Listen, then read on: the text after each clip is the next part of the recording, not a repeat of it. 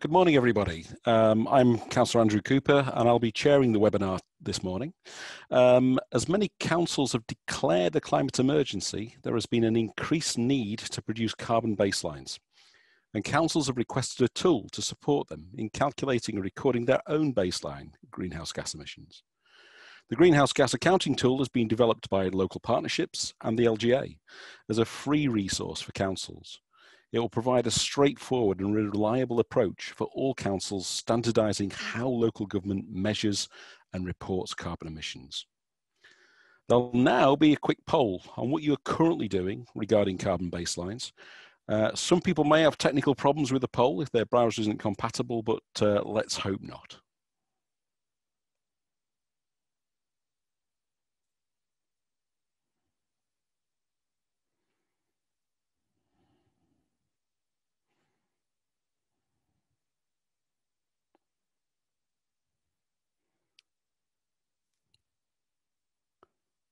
Okay, thank you everybody for your answers there, much appreciated. We have a Q&A function. Please feel free to use it, and you can also like questions from others if you like them. Today, we're going to be hearing from Simran Bakra from CDP, previously the Carbon Disclosure Project, and live from Freiburg in Germany, Alice Daniela Torres, who's the Sustainable Resources Officer from ICLEI, which is Local Governments for Sustainability. Joe Wall, who's the Strategic Director for Climate Response for Local Partnerships. Rachel Torson-Owua, who's the Programme Director for REFIT Local Partnerships. And Ariane Crampton, who's the Head of Carbon Reduction on Wiltshire Council. So without further ado, over to you, Simran. Great. Good morning, everybody. I'm just going to share my screen now. Great. Can you guys see the screen? Okay, great. Thanks, Andrea. Well, good morning, everyone, and thank you so much to the LGA for the invitation to speak on today's webinar. My name is Simran Batra, and I'm the UK Cities Manager at CDP, and I'm joined by my colleague today, Daniela Torres from ICLEI, to discuss with you the importance of disclosure and measuring emissions. We'll also just do another quick poll right now just to see how many local authorities on the call are currently reporting.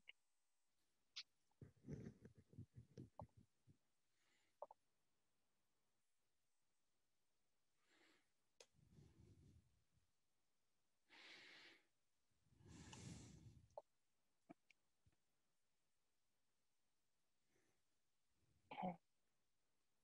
I think we're good. I'll move on. So thank you so much for doing that. And so firstly, before we begin today, I just wanted to mention firstly, why we're actually focusing on local authorities and cities. And it's actually because cities around the world account for about 70% of global emissions and are home to 55% of the global population. Therefore, you have a vital role to play in the transition to a resilient and low carbon future. Analysis conducted by C40 showed that cities with populations with over 100,000 people could actually deliver 40% of the global emissions reductions needed to help us limit warming to 1.5 degrees. And by focusing actions around energy, buildings, transport, and waste, local councils could actually achieve 90% of the emissions reductions needed to stay in line with the Paris Agreement goals. So by taking actions to cut emissions and reduce vulnerabilities, local governments and your citizens can actually gain multiple co-benefits from climate action. And now that we're actually also facing a global pandemic, people really are realizing that we need a new normal that prioritizes people and planet first. So the first step that local authorities can take towards fostering transparency and collaboration is to disclose their global environmental data. CDP is a non-for-profit organization that runs a global disclosure platform for investors, companies, cities, states, and regions to measure and manage their environmental impacts. And over 800 local authorities worldwide actually report their environmental data to us in 2019. And we believe data is the fundamental basis for action and aim to help local authorities to measure, understand, and address their environmental impact. And the aim is to really drive towards a climate-safe, water-secure, and deforestation-free world. So to support local authorities, CDP and ICLEI have actually partnered to bring together a unified reporting system that's the most comprehensive and internationally recognized collection of self-reported mitigation and adaptation data worldwide. And access to this platform and data disclosed are completely free and open to all. So bringing you back down to the UK, we really know that disclosure allows local authorities to really gain data-driven insights into the gaps and opportunities for policy development, to better understand resource management, and where to invest your money. Insights also inform action, and disclosure is that first key step towards actually building a sustainable low-carbon economy. And the value of disclosure is that we can really track progress and ambition. In 2019, we had 19 local authorities disclose their climate-related data, representing about 25% of the UK population. And out of these 19 local authorities, 13 actually reported an emissions reduction target. And out of those 13 emissions reduction targets, 9 were considered net zero or a carbon neutrality target. And then cities also reported their climate action plans, and 6 were able to do so. But actually only 2 of those were aligned with net zero or carbon neutrality targets. So what we want to see is actually cities setting targets, but then also having plans that are in line with them. This year, we have had an increase in the number of local authorities disclosing so far, with over 30 doing so far this year. So we should expect kind of an increase in these numbers as many local authorities have had their climate action plans approved this year. This is why disclosure is so important. When we start aggregating this information and really try to get down to the nuts and bolts of it, this is the only way for us to really know what is happening on the ground. So the importance of understanding emissions. It's that famous phrase that you cannot manage what you don't measure. And I would suggest these are about 5 reasons that I would say are kind of important reasons for understanding your emissions. So firstly, understanding your emissions profile, you can actually identify the policy areas you can take meaningful action on. Secondly, knowing your emissions data provides a baseline upon which you can actually track your progress. This then helps you understand the potential pathways you may take to meet your climate targets. Understanding your emissions and its sources can also help you engage other stakeholders, allowing you to have a more meaningful conversation with others and co-create collaborative climate action plans. And then lastly, to track our progress to limit warming to 1.5 degrees, measuring and monitoring our progress of our policies and our emissions will be critical. And this is where disclosure is necessary to ensure that we can compare targets and emissions data and to conduct analysis in a standardized way. And transparency means that we can actually track this progress of cities to better understand the role that you're playing in helping us meet the goals of the Paris Agreement. Last month, we also released a report on co-benefits, if you haven't seen it, which actually showed that understanding co-benefits can be a key driver in accelerating climate action. Actions that consider both co-benefits that also deliver other beneficial outcomes, such as cleaner air, job creation, improved health, increased biodiversity, can actually improve in higher number of cities reporting actions. And we've seen that those kind of co-benefits of job creation and access to nature have really become a priority also for citizens as a result of the COVID-19 pandemic. So we hope that there's a stronger opportunity for green recovery as it becomes more of a political priority and a priority for citizens. So by actively designing climate action that delivers on other co-benefits, you can actually bolster support from key stakeholders, particularly those who make climate action may not be a top priority. You can also use more efficient resources and funding. So for example, by actually engaging across different city departments, and you can maximize opportunities to address multiple challenges simultaneously. So our analysis showed that cities that were reporting co-benefits were taking 2.5 times more climate action than cities that were not.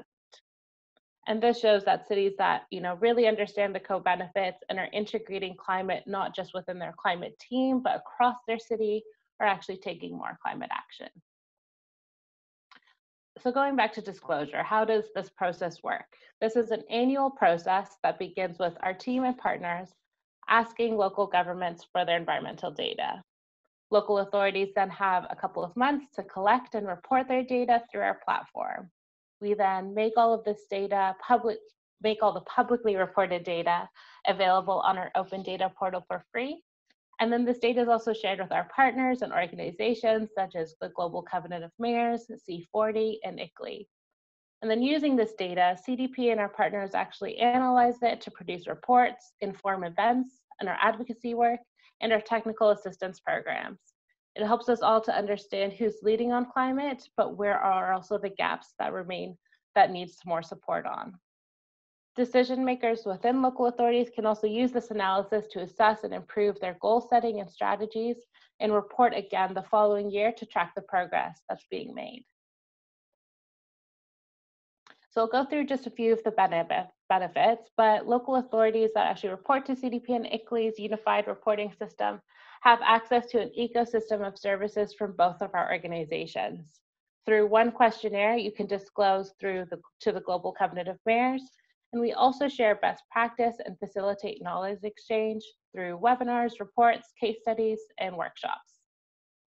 CDP also provides local authorities with a score to help provide feedback and increase ambition, which I'll discuss in a moment. You can also access a network of ambitious companies and investors through our City Business Climate Alliance and Matchmaker programs.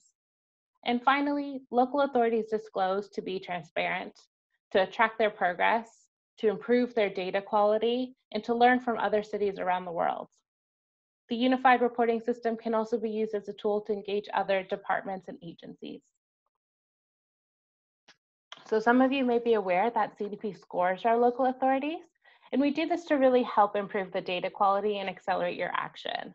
Our scoring methodology provides a robust review of your response, identifying your progress on the journey to becoming a climate leader and taking bold action. The score provides you with an assessment of how thorough and complete your response is on a scale from disclosure to leadership. And we also provide separate mitigation and adaptation scores to reflect that many cities have a different priority. And so there's a full scoring methodology which you can find on our website for more information. And then post-submission, you are also provided a snapshot report which contains additional information about your score and other regional averages that you can compare against. And we keep scores private. We don't tell anyone else what your score is. This is a feedback mechanism just for you. However, we do celebrate the cities that receive an A score through our A-list campaign. And last year, out of the 105 cities globally that received an A score, 5 of them were actually in the UK. So we had Greater Manchester, Greater London, Coventry, Leicester, and BCP Council all receiving an A score last year. And what we found that cities that disclosed that were on the A list were actually taking 3 times more actions than on average than cities that were not on the A list. And our A list receives quite wide press coverage, and it's an opportunity to really just showcase climate leadership. For those of you who have also committed to the Global Covenant of Mayors, the CDP ICLEI Unified Reporting System is one of the official reporting platforms, and our questionnaire is fully aligned with its requirements. We also have a team that completes GCOM validation, reviewing your response and providing feedback on how you can meet the requirements. Our team, both at CDP and ICLEI, also provide ongoing support throughout the year through webinars and GCOM specific guidance if you have any questions. So to ensure that you actually have the resources that are available to you, we work with a number of partners. Our partners at the Global Covenant, ICLEI, and C40 have various tools that are available for you, and we'll hear from my colleague Daniela shortly. And in the UK, we have the Tyndall Centre that has a carbon budget tool that I would highly recommend if you haven't set a target yet. And for the purpose of today's webinar, some of you may have used the Scatter tool, which was developed by Anthesis. And this is also aligned with the CDP ICLEI system and can be easily used to report. But just to clarify, the Scatter tool actually is for your citywide emissions, for your area boundary, whereas today we'll be discussing the LGA and local partnerships new tool, which is actually measuring your council's own operations. And this LGA tool can actually be used to respond to section 7 of our questionnaire, which is part of the ICLEI Green Cities Green Climate Cities program, and my colleague Daniela will now provide you with some more information. So on to you, Daniela. Thank you very much, Zimmerman, and thank you very much for this kind invitation and for this wonderful seminar. I just, following what Zimmerman was saying, I would like to tell you that ICLEI, we are an organization working for more than 20 years on improving and supporting cities worldwide on sustainability and enhanced climate action. For specifically this work on the alliance with CDP, we've also have as a basis a methodology that we created several years ago, which is called the Green Climate Cities methodology. It's a methodology that includes this integrated approach on climate action, meaning joining mitigation and adaptation. And now both concepts have to be joined together in order to really reap the co-benefits of climate action on a local level. And this methodology is aimed to support cities to embed climate change lens internally in their own government and own operations of the city, but also, and most importantly, on the city community-wide action in terms of climate change. It also helped the cities to embed climate change in the budget, procurement processes, planning and actions across all sectors of the economy of the city. This methodology also is focusing on people, policy, processes, technology, and finance. And it also aims to help cities and provide cities the tools to enable actions and also to access different sources of finance. And here is one very important issue that cities that have very good greenhouse accounting processes and reporting mechanisms, it's much easier to them to access to different funds because they are more capable for doing more financeable projects because they are able to measure the benefits of the projects. This methodology encourages reporting and disclosure, and for the ones that are a little more interested in this is a step-by-step methodology that wants to help cities to reach climate neutrality by 2050. We go to the next slide. So the methodology has 3 steps, big steps, which is called the Analyze, Act, and Accelerate process. And you can access to this to the methodology online. It is available for everybody, but due to the seminar that we are working today, the subject that we are discussing today, I would like to highlight that greenhouse emissions accounting, monitoring, and reporting are key aspects for effective climate action. As Simran was saying, if you cannot measure, you cannot act. So there are several steps in this methodology where assessing the baseline of the emissions is very important, also setting goals, the monitoring and reporting. It's also encouraged through this methodology, and of course, apart from reporting the accounting process and the inventories, it's the most important is to report the achievements that the cities have done in the process. Just to let you know that any city can use this methodology, and of course, for ICLEI members, we give specific advice for the different process. Probably some of you, you are already ICLEI members, but anyway, you are all invited to be part of these initiatives. As Zimmerman said also, the methodology is aligned with the global reporting framework of the Covenant of Mayors, also covering the European context that also brings us here today. Thank you very much. That's all on my side. Thank you, Simran. So thank you, Simran and Daniela. Just to let people know that the poll results will be published on the LGA website with the slides by next Wednesday. We're now going to hear from Joe and Rachel from Local Partnerships. Thank you very much.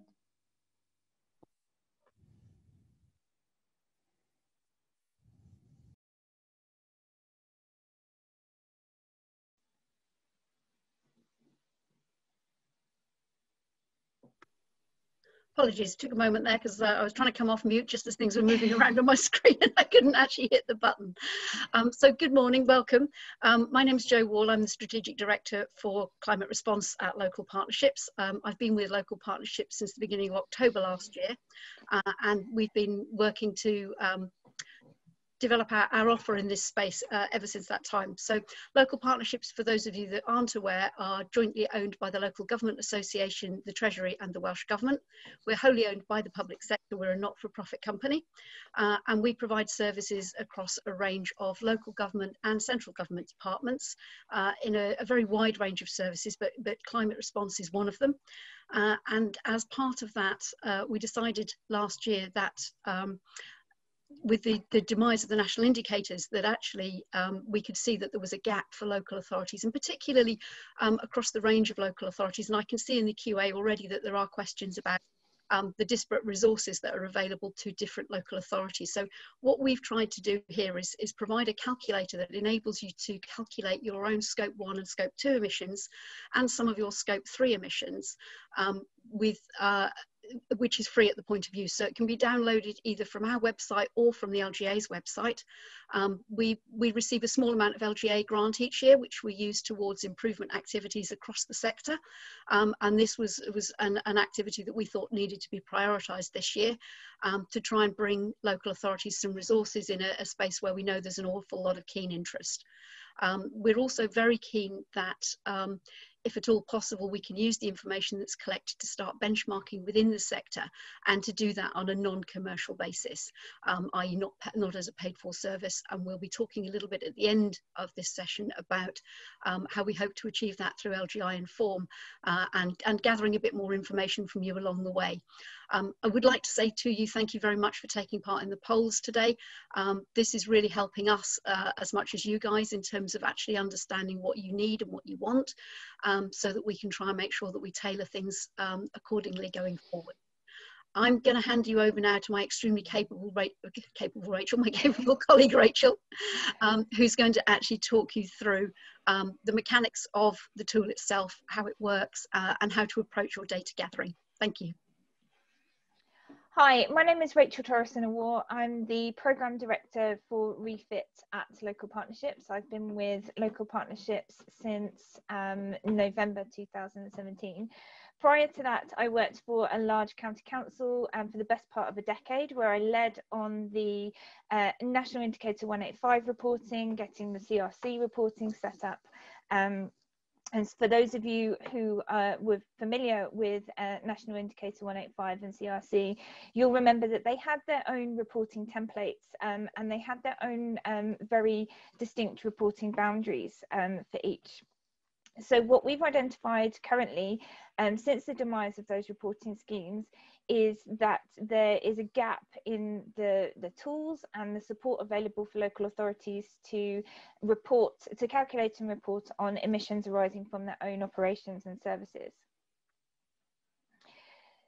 So what we hope this tool will do is provide a standardised approach for reporting, as Joe mentioned, and allow for some benchmarking across different local authorities. The presentation from CDP and ICLEI highlighted the importance of calculating and reporting so that you can see the benefits of your interventions each year. And this tool should provide you with that robust and regularly reviewed toolkit to calculate and store annual baselines going forward. So it's interesting from the poll results that 75% of you are calculating your baselines, whether that's yourself or through using other consultants, which still leaves 25% of local authorities represented today not undertaking any reporting at all, any calculations or reporting. And one reason for that is likely to be that there is no mandatory requirement for reporting as it currently stands. So how our greenhouse gas accounting tool will help you. For reporting purposes, what you can see on the slide here is a snapshot of the summary information that the tool spits out for you. So these are very easy to then copy and paste and put into your reporting for cabinet members, corporate leadership teams, and publicly facing greenhouse gas reports. The tool calculates your council's direct CO2 equivalent emissions for scope 1 and 2, which are directly linked to the council's own operations and services. Must make the distinction that this is a very different tool to scatter, and plus this will calculate some of the basic indirect CO2 emissions which fall into the Scope 3 boundary. What it also enables you to do is capture the basis on which you've reported, which boundary you've set, what you've included and excluded specifically, to enable consistency across years and to help you with making any rebaselining decisions that you need to further down the line.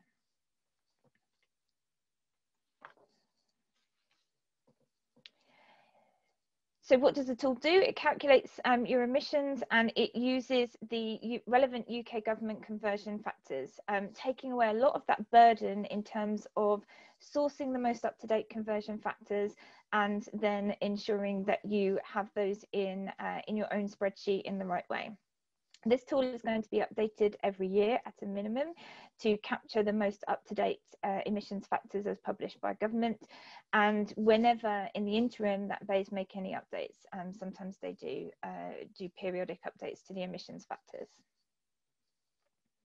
The tool is also aligned to the greenhouse gas reporting protocol in terms of boundary setting, the emissions sources and the gases that are captured. So what I'm going to do now is take you through a short walk through each of the reporting tabs so that you can see exactly what the tool looks like and exactly what information you need to populate where.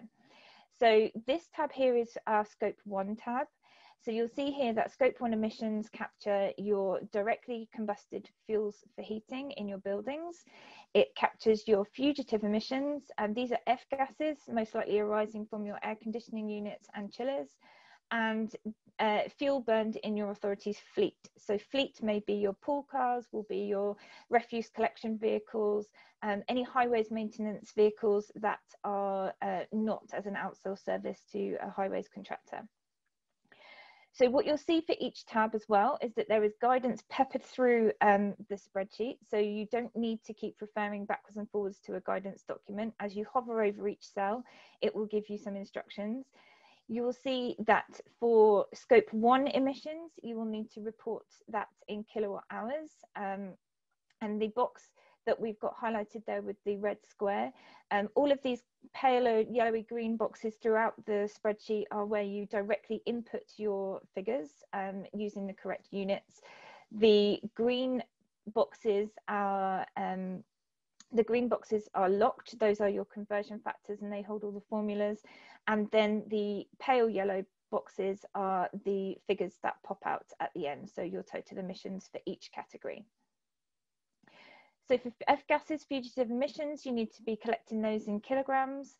And importantly for your fleet emissions, when you have the option to select either miles or litres. So if you're collecting information in litres, that will be the data that you pull off from your fuel cards. And if it's in miles, that will be from route and mapping information, most likely done on the waste collection vehicles.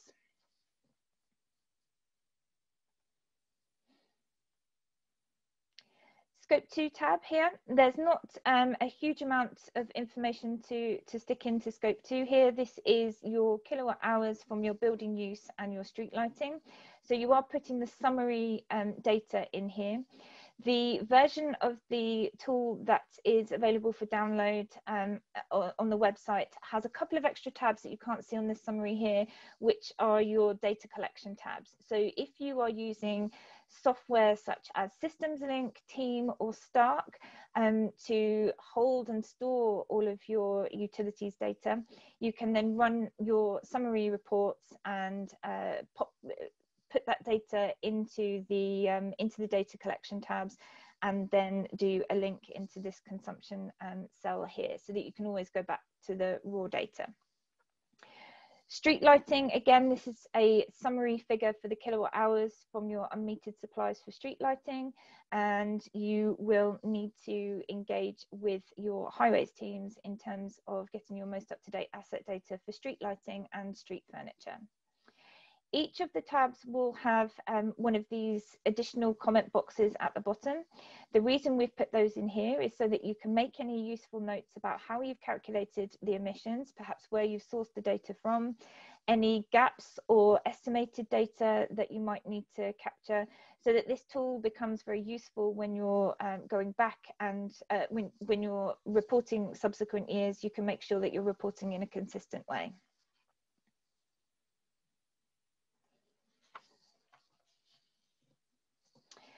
So scope 3, this is the categories that we've captured here under scope 3. It's important to just go into a little bit more detail about staff travel and what we have included here and what we haven't.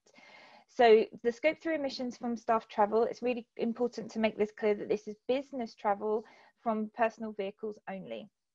The reason for that is that this data is the most readily available for the majority of local authorities. You will be likely collecting this data from your staff expense claims, and it doesn't include your commuting to and from work. This is business mileage only.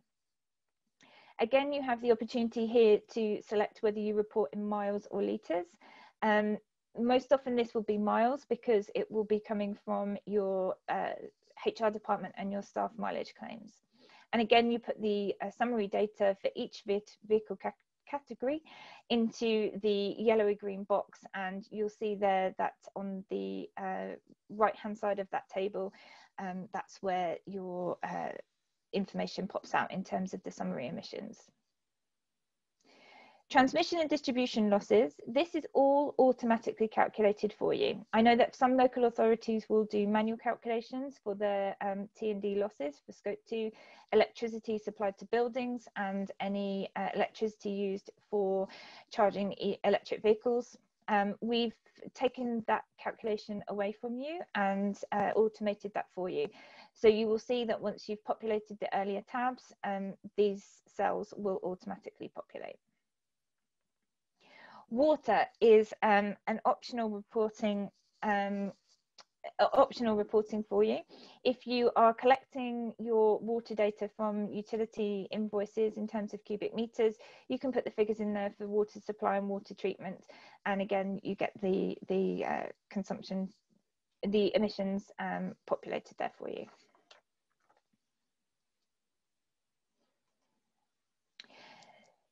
Just flick back here just to talk about some of these tabs at the top here.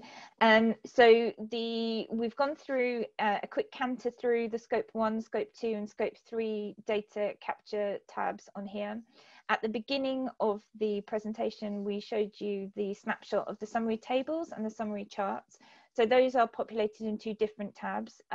What we showed you on the slide previously is just a snapshot. You get quite a lot of different types of breakdown. So you can choose how you want to visually represent your data in your what suits your organisation and your reporting style best. So how long will it take to complete the tool? This really does depend on how you've been reporting and how you've been calculating your emissions previously. So this could take you just mere hours if you already have this data in other spreadsheets. As you can see, what the tool is capturing is those headline, the summary totals for each emissions category. So you're not having to enter data line by line for each building.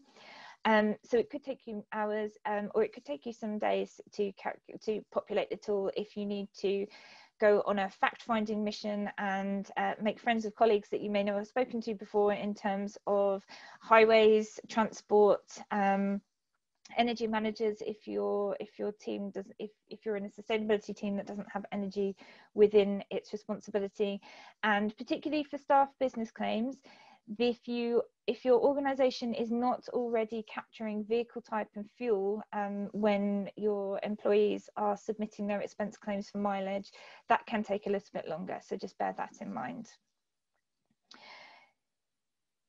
As we've mentioned a couple of times before, and I do think it is important to keep saying it, this tool is to calculate emissions from your own operations and services. So all your council-owned assets should be included, and you should incorporate vehicles and buildings that are leased and used for council services. On the very front tab of the spreadsheet, where you select which reporting boundary that you are using, you also have some drop-down options in there in terms of selecting what services you've included and which you've particularly excluded. So for example, not all local authorities will want to be reporting on schools because they are devolved, they have their devolved budgets and they look after themselves, and you don't have access to the data anymore. Whereas some local authorities will still be reporting on behalf of schools, perhaps where they are the procuring organisation for those utility supplies. Again, the same thing applies to operations such as leisure. So you may have full control over your leisure services, in which case it would be reported, or that might be an outsourced service, and you would have on the front summary page selected that that was a particular exclusion. What that does is help you with consistency for reporting in future years, so that you can see what has been included, what has been excluded, and that makes it much easier for any rebaselining activity that you may need to undertake.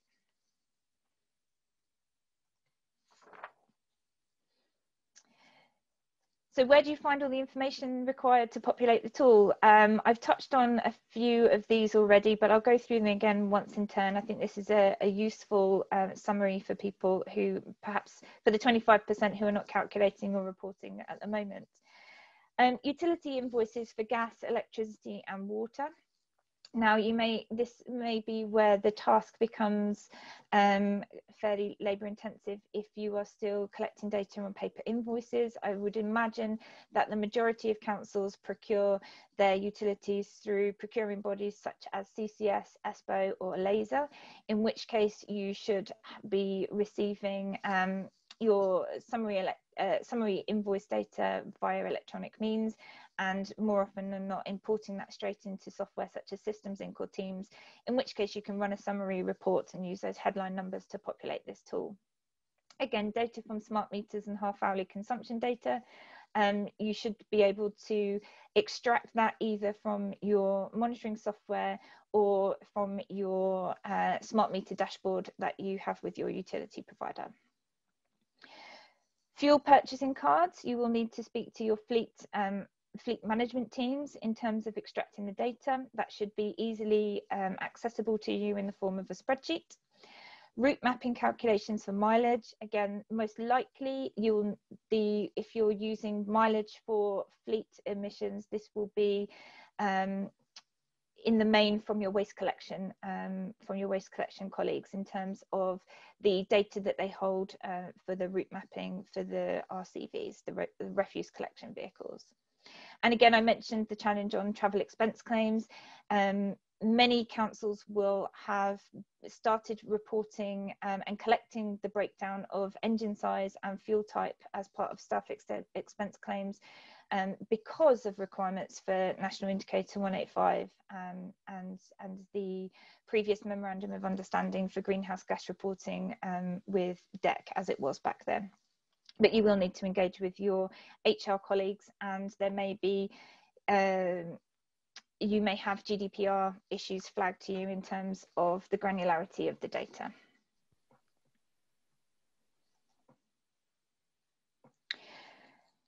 Scope 3 emissions. So you will see on the slide that I showed you about the Scope 3 tab that the Scope 3 emissions that we capture in this tool are fairly limited in terms of staff business travel in private vehicles and the T&D losses from your electricity and water. As I said, the reason for that is that this is the data that is most readily available for councils.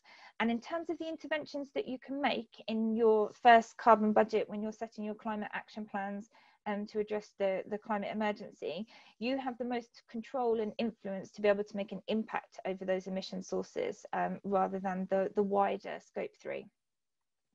For those councils who do want to go further with Scope 3 emissions calculations and reporting, what we recommend the first step to do is to begin mapping those emission sources. And the slide here depicts what we refer to with the greenhouse gas protocol in terms of upstream and downstream emissions through the value chain. If this is an activity that you would like some support, please do drop us a line to the email address that accompanies this tool, and this is something that we can help you with.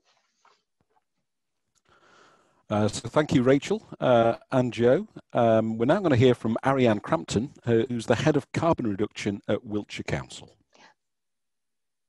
Good morning. Thank you, Andrew. Good morning, everybody. It's great to be here and have the opportunity to share the experience that we had in Wiltshire of road testing this tool.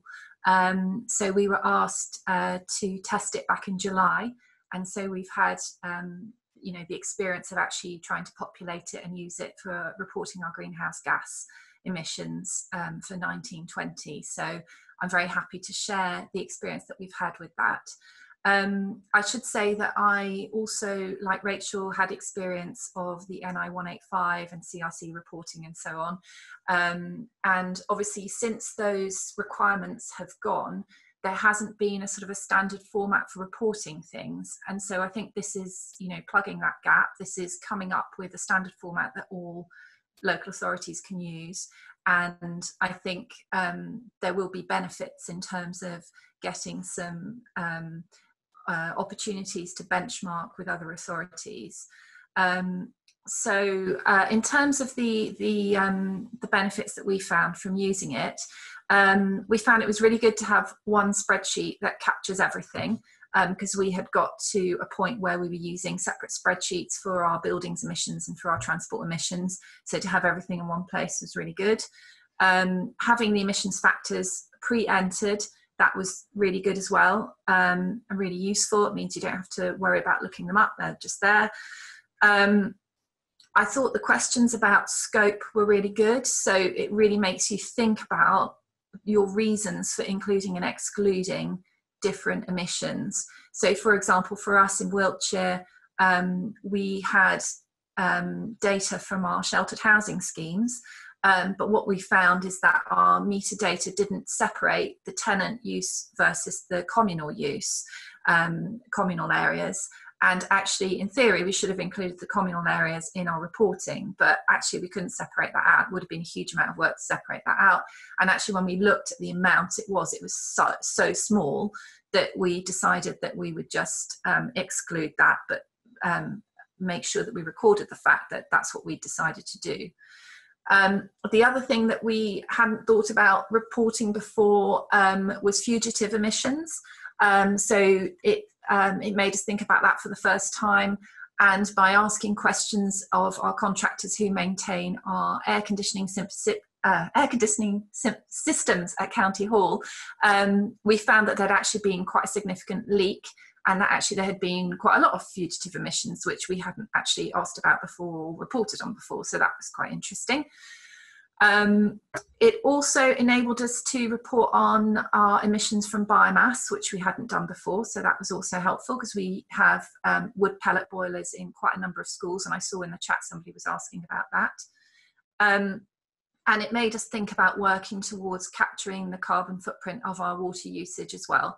So that's not information that we have at the moment, but it's sort of something that we'll work to improve on. Rachel also mentioned about the reporting on mileage. Unfortunately, we didn't have the breakdown of the exact type of vehicle that staff were using, but what we did have was a total mileage figure, and there is a category which is average, medium car, unknown fuel, so we were able to do an estimate of our business mileage emissions using that category. Yeah, overall it was a positive experience. Really useful to have a standard format, and I think it will enable us to compare with other authorities. We did start to try and unpick our fleet data, for example, and found that we probably hadn't been reporting it correctly, but we didn't actually know where to go to actually check what other authorities were reporting for their fleet usage for sort of similar size authorities. And there was nowhere we could go to actually check whether our new figures, which are actually very different from our old figures, were correct. And I think, you know, having a tool like this will actually enable us to do that really easily.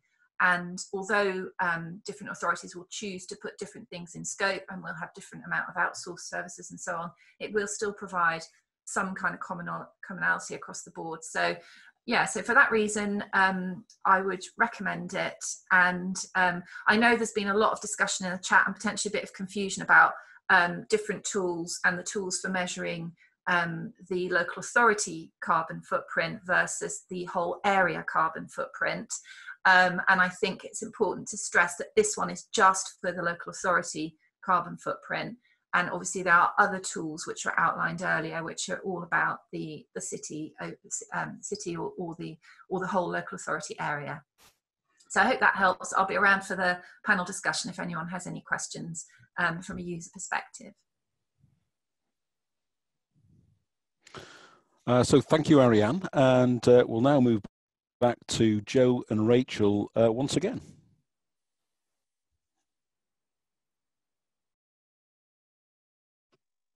Playing mute games again.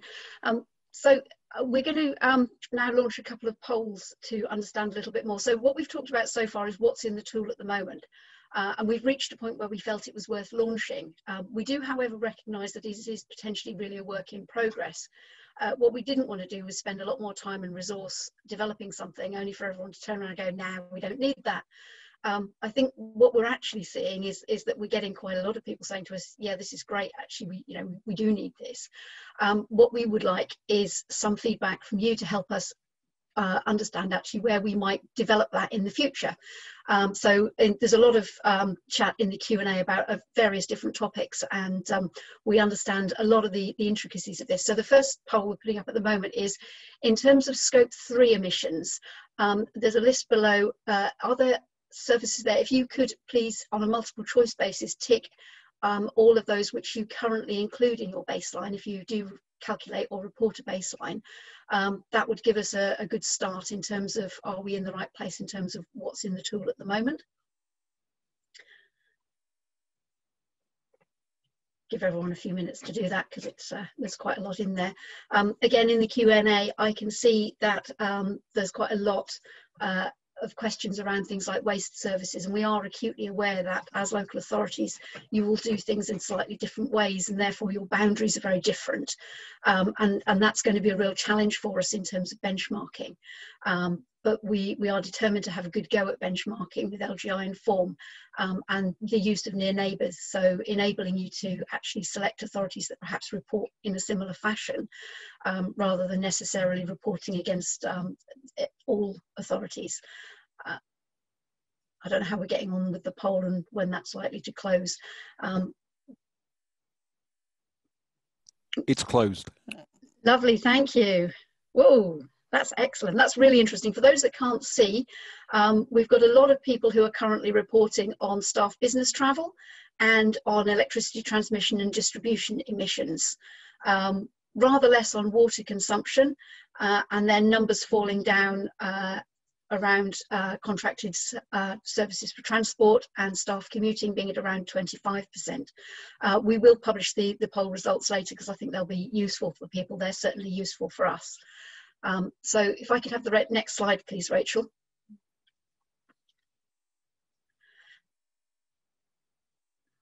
Oh, or am I in control here? Okay, fine. So there's a further poll there actually. Can we launch the fourth poll question, please, Jane? Which is, we've just asked you about what you currently report on. What we'd like to understand in this question is, what do you think our priorities should be for developing further Scope 3 emissions reporting in the tool, over and above the areas that we currently have, which are staff business mileage, water, wastewater, and the electricity T&D emissions. So if you could fill that in, that will help inform where we might go in the future.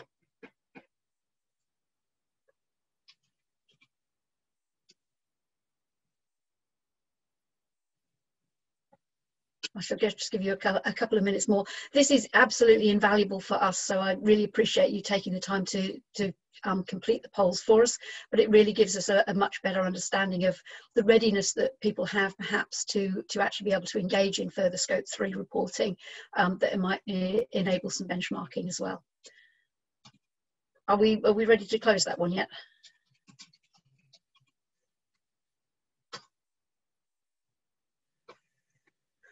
So waste is at the top of our list for those that can't see the poll results, in terms of areas for development, followed by facilities management, with leisure services and staff commuting also pretty high up the list.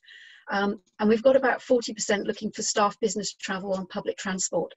That is a particular issue, and I suspect it'll be mostly our urban authorities that are looking for more of that data. What I would say is, if any of you are currently already reporting that and have robust tools for doing so, then we'd be really interested in hearing from you and seeing what you've got and whether we could perhaps take and adapt some of that into the tool. What I'm really conscious of is that different public transport systems, I suspect in urban areas, have different mileage figures for trams and the like, so it would be good to see what we've got and how easy it's going to be to incorporate that going forward. So if I could have the next slide, please, Rachel. Have I got another slide? Yes, I have. Okay, so as I said, this is very much a work in progress. We've launched it. We're very interested in hearing your feedback. We are keen to make this as easy as possible for people. It's here to facilitate and not be a burden. And I think our aspiration would be, if national reporting becomes a requirement again at some point in the future, that if we've got something here that is robust and defensible, that actually it would be adopted by central government rather than actually having something additional imposed. So, as I say, we're happy to take feedback in terms of where we should go next. In terms of additional data requests, we are happy to support to a reasonable extent through our inquiries function, which is on the website and in the tool. And there is an email address there that you can contact us through our GHG accounting inbox, and we will endeavour to support you in terms of how you use the tool. Rachel, do you have another slide for me, please? Okay, so we've talked about what we do with the data, and it's entirely up to you what you do with the data, if I'm honest. So just downloading the spreadsheet does not place you under any obligation to share your data on LGI Inform. If, however, you do share on LGI Inform, and we would be very keen for authorities to do that, it potentially generates a really valuable benchmarking resource for you as a sector. So this is very much about sector-driven, how you would like things done. But if we can get the information into LG Inform, then it will provide us with the opportunity to start looking at benchmarking groups and actually then using the information in there to drive performance in the future. So that's our aspiration. I've seen at least one question in the Q&A about whether that will make your data publicly available. And I think the normal stance on LG Inform is that it would not be publicly available for the first 12 months, but after 12 months it would then become data which could be seen by the wider public. Could you give me another slide, please, Rachel? So I think we're going to go on to our last poll now. And we've talked a little bit about the difficulties of benchmarking, because you all have boundaries in different places. You have insourced and outsourced services, and you're a very different collection of authorities in terms of unitaries, districts, boroughs, etc. If we're going to improve the granularity of data, then we'd need to have more of a split of the information coming in, which would make the tool perhaps more cumbersome to use. And before starting to embark on that journey, would really like to understand from people who are likely to use it, whether you think that would be an investment of time at your end that's worth it, or actually whether the simplicity in the tool and using it for your own ends is actually more important. So if you wouldn't mind filling in our final poll question today, that would be very much appreciated. I'll give you a couple of minutes to do that. The sorts of things we're thinking about there, for example, with waste services, they may sit in scope 1 and 2 emissions for a number of authorities who haven't outsourced. For authorities who have, then those emissions would sit in your scope 3. So we'd need to be able to carve those out of authorities that have insourced services, so that we could perhaps compare waste services and then be able to compare rural districts versus urban areas, for example, which at the moment I suspect we won't have large enough clusters in some of the benchmark groups to be able to do for all users. That's reasonably overwhelming, actually. 81% of you would be prepared to put more time into improve the quality of how we can slice and dice the data in order to improve benchmarking. And we will certainly take that on board and see what we're able to do in relation to that, particularly for another iteration of the tool. So my intention at the moment is that following today and following immediate feedback, we'll probably issue a revision in the relatively near future for this year, which will cover any minor tidying up points and any things that you think you would like us to do that are quick and easy for us to achieve. And we'll notify you all when we've done that. We would then look to reissue another version of the tool in order for the next reporting cycle next summer, which hopefully will include some more Scope 3 measures, assuming I'm successful in apply for a little bit more of our local partnerships LGA grant to support further development of the tool. Rachel, do we have any more slides? I think we might be on to Q&A. Yep, I think that's all from me, Andrew. So if we hand back to you to lead the Q&A, that would be great. That's great. We're well ahead of time and we've been getting loads of questions in the Q&A, but continue to put your questions in there and we'll try and get as many answered throughout this as possible. So for the first question to Simran, is the tool and support that you offer focused just on cities? Can you explain how rural counties and districts could benefit from the process? So over to you, Simran. Yeah, great question. Thank you, Andrew. So we have cities is kind of the more globally used word, so that's kind of why we always use cities, but we found that local authorities kind of all shapes and sizes really in the UK have been able to use our platform still. So we have a few counties using our platform this year for the first time. We don't have any district councils because they have found that their local authority or someone else in their area was already disclosing. So they've worked more closely with them instead. So it's good just to kind of map out who in your area might be reporting to see actually, do you want to do it as an exercise for yourself? But we found that people have still found it useful and we can still provide technical support. Okay, thanks for that, Simran. Now a question for Rachel and Joe. Does the staff travel not include business miles using public transport, you know, buses and trains? At the moment, no, it doesn't. Sorry, am I muted? Just let me check. No, you're good. Good. Sorry, I was looking at the Q&A at the same time, bad habit. So it doesn't at the moment, and it doesn't at the moment because we didn't have sufficient data to be comfortable in producing that. As I say, if we've got bigger city authorities on here or other authorities who are currently reporting that data, then we would be really interested in looking at what you're doing. If we don't, then we'll go away and have a look at that. That is one that I am aware, particularly from the London authorities. I've had that feedback several times already, so we are aware that that's a gap in the information. Okay, so another question, will the greenhouse gas reporting tool include emissions from waste disposal for local authorities who do have that responsibility? If they have that responsibility, then it will sit within their Scope 1 and Scope 2 emissions, yes. And the point that I made around the reporting boundaries and the tab at the front end of the spreadsheet, which lets you select what you've included and excluded, you can there's a summary box there so that you can capture additional notes in relation to particular services. What the tool does is, at the moment, gives you those headline figures in terms of how you would break that down into your different directorates or your different service areas. That's something that we can look at capturing in future iterations, but at the moment that would be something that you would need to capture using the comment boxes or those data collection tabs that are part of the tool that's available for download. But yes, those emissions you would report under your own Scope 1 and 2. Okay, thank you. Is there any work within this regarding carbon budgets, so the total emissions available per district to stay within the Paris targets? That's beyond the scope of what we've set out to do here. So what we set out to do here was to provide the calculator. The carbon budgets are a slightly separate issue, and they tend to sit on an area-wide basis as well. So they're not disaggregated down to local authorities' own activities.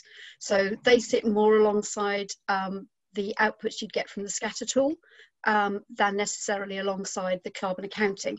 What we would do if we were doing a carbon action plan or strategy for someone would be to take the baseline, take some previous year's baselines, and there is data in the model to allow you to calculate back on previous years. We've got previous years' electricity emissions factors in and the like. So if you've got the data, you can generate some historic data as well there. We would take that, we would overlay the decarbonisation of the Scope 2 emissions that are forecast under the base forecast. And then we would look with the authority to set a budget with them as to actually how do they get to the position they're seeking to get to, and what measures do they need to take in order to achieve that. Okay, thanks for that. Now a really interesting question on benchmarking. How do you intend to benchmark between authorities when there is such a variation in the data that local authorities will be reporting and not reporting? Do you want me to take that one, Rachel? Start? You can start it, yeah, and I can chip in. I think I would preface this with, we are fully well aware that this is a headache. And that's because there is no real alignment either in the service clusters or indeed in how people do things and report on things, which is why we're looking to see if we can use LGI Inform as the platform for that, because it's pretty sophisticated in terms of how it can actually separate data out and find near neighbours who might be doing similar things. So Rachel's touched on the section of the tool which has some toggle switches about what you've put in and what you've put out. The intention is that that data would upload into LGI Inform alongside your data on your actual emissions, and then you would be able to select authorities that reported on a similar boundary, and you would be able through LGI Inform to also look with those authorities at which ones of them might be similar to you in terms of their characteristics as an area. Are they urban? Are they rural? Are they really a mixture? To try and find you some near neighbours that are reporting at least in a similar fashion. If we go down the route of slicing out some of the larger service areas that might be Scope 1 and 2 for some authorities but might be Scope 3 for others, then it would become possible to benchmark those against each other, whether they were insourced or outsourced services. And just to add to that, the tab where it's the one tab that we haven't shown you, frustratingly, as part of this walkthrough. But it is really important to capture on there those, what you've included in terms of schools, in terms of insourced, outsourced services, in terms of so leisure provision, academies, etc. Also, in order for benchmarking to be successful and to be able to do the slicing and dicing and look at near neighbours and look at the split between counties, districts, unitaries, looking at that granularity of looking at what the emissions are with in-source highways maintenance versus outsource highways maintenance, the same for waste. What that will rely on is a critical mass of local authorities using the tool and making the data available for LG Inform, so then we can really work hard on updating it and getting it as snazzy as everybody needs it to be. Snazzy is good. Yeah. So is there any reason that the local partnership tool couldn't be used by other public sector organisations such as the NHS, multi-academy trusts, the post office, any particular organisations which might be in the public sector? Actually, that's not the post office, is it? There's no particular reason why not. We specifically have designed it with local authorities in mind, and hence some of the questions on the toggle switch sheet, but you don't need to complete that sheet in order to use the tool. I had a conversation with the Shelford Group earlier in the week, who are a collection of NHS trusts, and they've expressed an interest in having a look at it as to whether it might work for NHS. I suspect, for example, for some of those organisations that we would need to extend, for example, the range of F gases, because I think they use a number of those in surgical operations and the like, which would not necessarily be. There's a group of about 150 F gases on the list. We've not put them all in simply because it's unlikely that for local authorities, for example, that you would be using any of them, and it just makes the task a little bit more confusing for everybody. But if we've got other users, the other thing is we've developed this with we have a small proportion of our income each year comes from LGA grant funding, and we have developed this with LGA grant funding. So the development work we've done on it is free to local authorities because we've spent local authority grant money on actually producing it.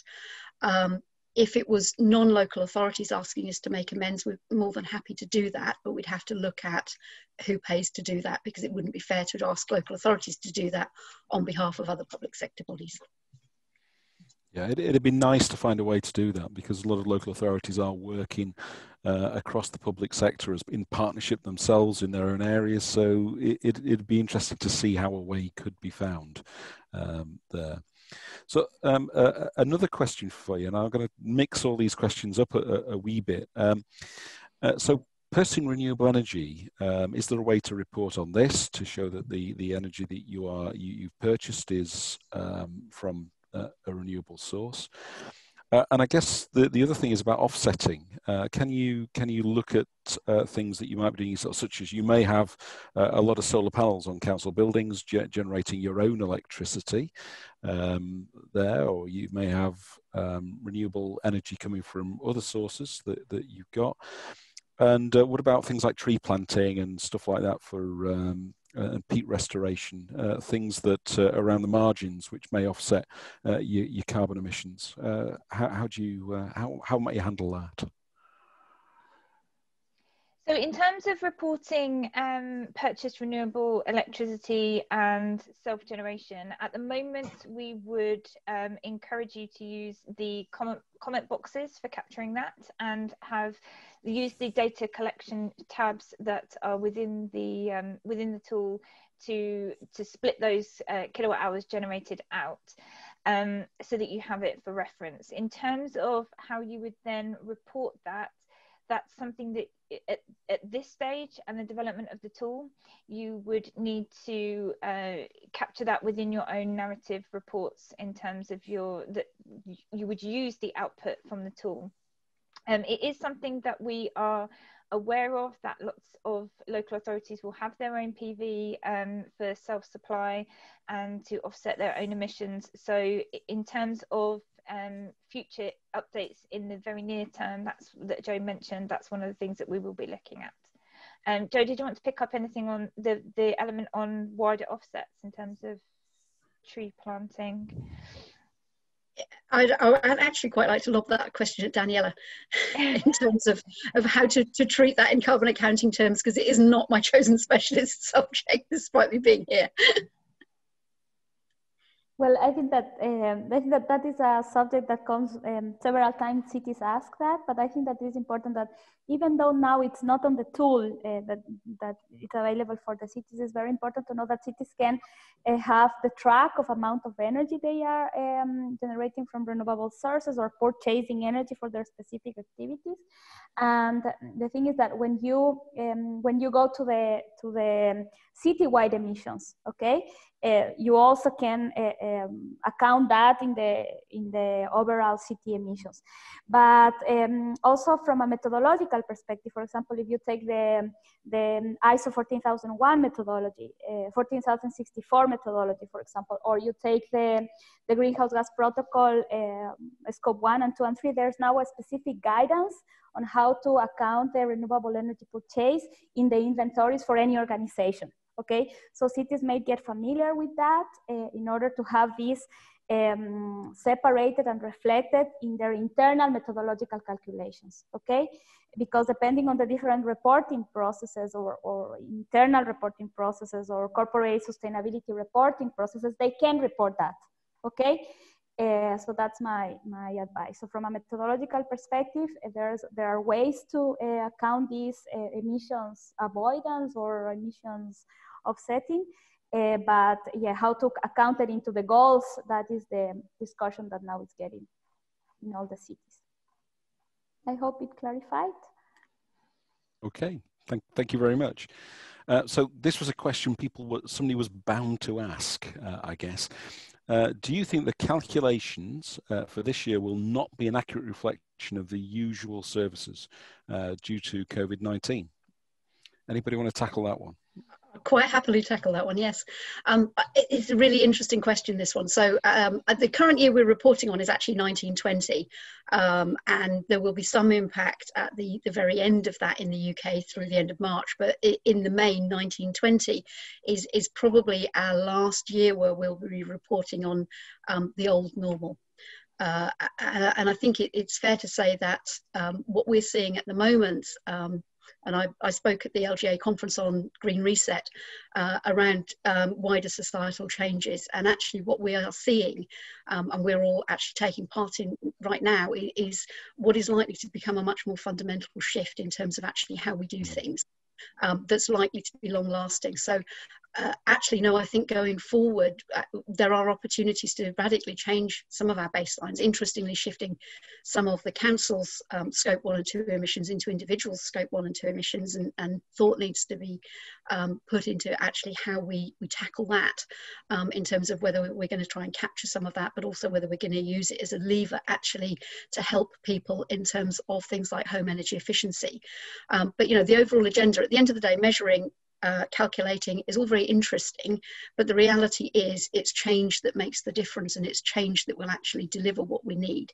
One of those things is we need to use less, and one of the things we need to use less of, for example, is moving around when we don't need to, and office space that we don't need. So I think it will be different in future years, and I think we will probably see quite a lot of estate rationalisation programmes, not just in local government, but across the commercial sector as well, on the back of it.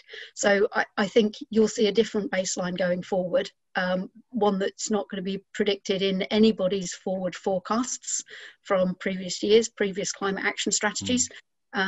So yeah, I think it's a really interesting question, but I think that to assume that it will go back and that this year will be a blip is probably unrealistic. Yeah, that's my thought. I mean, 1920 will be up here. 2021 will go way down, you would expect, and then up a bit for 21, 22, and we'll see what that new baseline looks like in terms of operations. It's going to be really fascinating over the next 3-4 years to see how that all plays out. So yeah, I'll be interested to see what happens in Kirklees Council's emissions, sitting in a nearly empty building. Another question. We're considering extending our scope 3 emissions to include commuting, waste, supply chain. Is this possible to capture in this tool? The tool seems to be assume all fuel burning is for heating. We use fuel oil for highways, operations and waste management. Can this be amended and displayed as a different category? So at the moment, we've talked about what we've included as scope 3 emissions within the tool. We will use the output from those polls and the specific Q&A questions and suggestions that have come up to look at capturing wider scope 3 emissions within the tool. But currently, as it stands, it is limited to staff business travel and the water. Sorry, Andrew, I've lost track of what the second element of that question was. Can you repeat that? The tool seems to assume all fuel burning is for heating. We use yes. fuel oil. Yep. Okay. Yep. So I've mentioned as I did the walkthrough that it was related to heating. It will still you'd still capture it for any purpose within that tab. So whilst I said it's we're talking about heating for your building's use, you would record the gas oil for any purpose within that. The tool is capturing the summary data, the headline summary data. So what sits behind it and how you convey that in your narrative reports to the decision makers and the audience that your reporting is for within your own councils. You will want to put some additional kind of layers underneath that. But what the tool does is give you those headline emissions figures. Yeah. Okay, and I think you may have answered this question earlier, but this is cool. Can we backdate for previous year's data in this tool? Yes, you would need. Yeah, you would need to run. Have a separate spreadsheet for each year.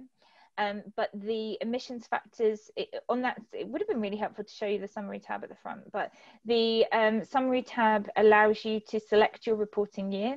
So that goes back some way. And then that will pull through the correct conversion factors for the year that you have selected. So you can save multiple versions of the tool. Can I just add on top of that as well, if you try and use an old year's tool, so if you go in next July on the tool that you've downloaded at the moment, you will get a box which will automatically flag that the data on the emissions factors is more than 12 months old and that you should check for a new version. Okay, another question. Is it possible to get an update on the discussions between BEIS and LGA on local authority reporting? The spreadsheet and information on gov.uk website was last updated in 2014. Bits happened since then. So this shaped our approach to reporting, which has remained today.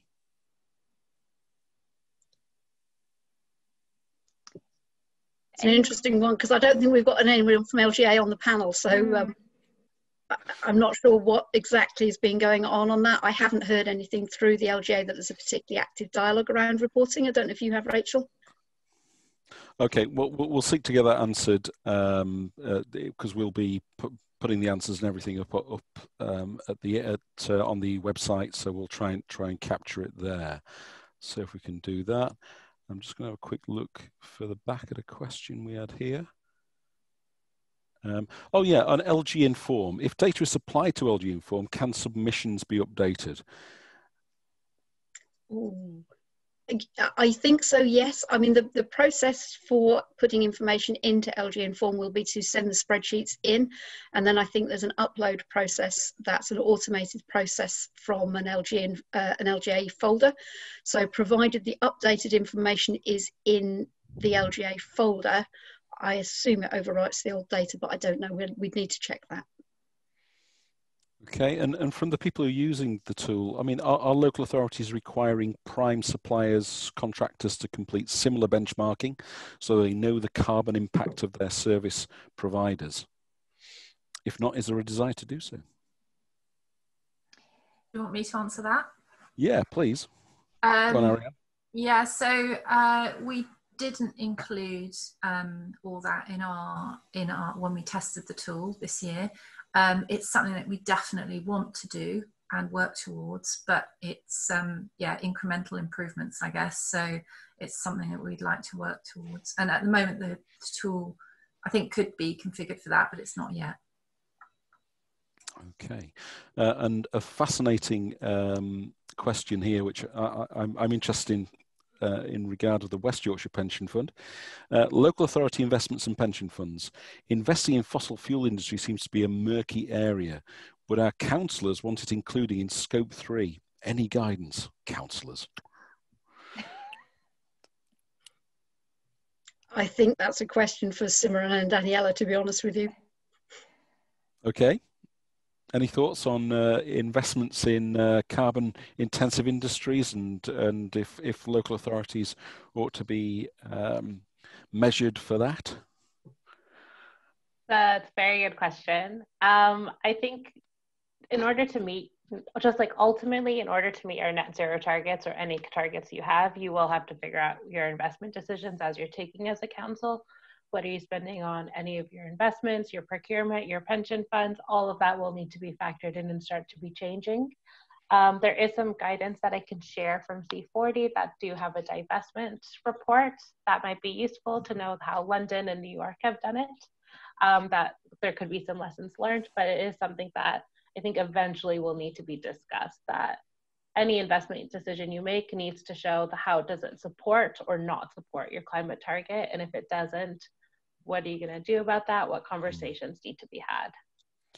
Yeah, I mean, it makes sense, doesn't it? You could have the most brilliant council in terms of reducing emissions, then your investments are in gas extraction or whatever it happens to be, or fracking in the United States or something horrible like that. Exactly. So next question, can the tool take shared services into account? Rachel, I think that's a boundaries question, isn't it, really, as to whether you're reporting as a shared service or as an authority? Yeah, so again, it comes back to this summary tab, and being really explicit there around how you've set your reporting boundary, and what services you've included. I think that will be a very individual decision for each local authority, and the important thing is to capture through this tool, in terms, you've got the comment boxes for each of the tabs, so that you can do those calculations in terms of your proportion of emissions from a shared service, and include that in the overall summary. But then in that comment tab, for whichever scope, whether it's electricity or whether it's heating fuel or vehicle emissions, that you capture some commentary within the tool, so that when you're looking at doing this activity again in a year's time, or whether any rebaselining needs to be done because you've taken services back in-house or you've fully outsourced, you've got that data capture of what you've done in previous years, so that you can look for reporting consistency and improvements with your partners. Okay. Next question. We've got about 5 minutes left for questions, so it's going pretty well. Is building level data input and analysis supported by this tool? For example, allowing outputs being expressed per metre square of schools and other building categories. So this tool does not do that. This tool is the high level high level kilowatt hours and high level emissions for the whole of your operations in the state. We do at local partnerships have a tool that can do that in terms of energy performance and carbon per square metre, which is something that we use with our refit clients, for looking at the opportunities for making energy efficiency improvements and carbon reductions using the refit energy performance contract. But we're not here to plug that today, but we do have a tool that that can do that if you would like to speak to us about that. Okay, I'll just have a quick look and see if there are any more questions that I may have missed. Let's see. Okay, we've got some information that's been provided by people which we will share later that's come out of this. So some of the guidance for the greenhouse gas protocol for scope 2 guidance, that's there. And okay. Oh, one more question. Given the current situation, will you look to include wider scope 3 for 2021 reporting? For example, energy consumption averages for employees when working from home, which may shift emissions from scope 1 and 2 to scope 3. Oh, that'd be an interesting job for somebody. I think you touched on that already, Joe. Yeah, I did, and it is something that I think it's really difficult to quantify unless you do some real study-based work. So unless you can see what people were spending in their homes before and after, then I think it's difficult to make assumptions. It's not an exercise that we've carried out to date. That it doesn't say that it's not necessarily an exercise that we wouldn't be interested in carrying out with an authority if there was someone who actually is prepared to ask that question of their staff and get to that kind of level of data. But you would require quite a lot of disclosure from staff around their electricity bills and their gas bills. And I think you'd need a full reporting year in order to do that. So it's a bit early to try and do that, because obviously at the moment lockdown's largely been through some fairly good weather. And actually the energy impacts in people's homes is probably really relatively minimal and likely to be considerably less than the transport emissions that have been offset. However, going forward as we go into the winter months, slightly different matter, as more lighting and heating are required. So we haven't at this stage. I think it's an exercise that would be worth trying to generate some data on at some point. But at the moment, I did make a play for some COVID recovery grant for that, and wasn't actually successful at that stage, but I might have another go, because I think looking at that piece in the round, taking a cluster of employees in a variety of different locations, some urban employees and some rural employees, and starting to look at that, plus the commuting So for example, when we were doing the Green Reset piece, I had some information from Cornwall, and they were saying at that stage that their staff commuting do 35 million miles a year commuting, which is an astronomical number. And you know, you'd need to be burning quite a lot of additional fuel in your home if you're offsetting, if you're reducing significantly on that to make it worse. But I think it would be really good to have an accurate picture. Okay, so that's marvelous. We've had 66 questions in total here, but I'm afraid that's all we have time for. We are going to go through the questions and answer those online. So we'll make sure that all those questions are answered. So if you need any further assistance with calculating your carbon baselines, please do not hesitate to email Greenhouse Gas Accounting. That's ghgaccounting@local.gov.uk. And be sure to download the tool from the local partnerships website. Check out the LGA climate change webpage for our support offers. There you will find how to join the Climate Emergency Knowledge Hub group to speak with other councils who are doing the same things as you, case studies from other councils, our climate email address, innovation and leadership support programs from the LGA Green Jobs Report, future green webinars, and much, much more. And I'd like to thank all our speakers for their contributions, Simran, Alice Daniela from Freiburg, and Joe, Rachel, and Ariane. So thank you for joining us, and we really hope that you found this webinar useful and interesting. I certainly have. Thank you. Bye.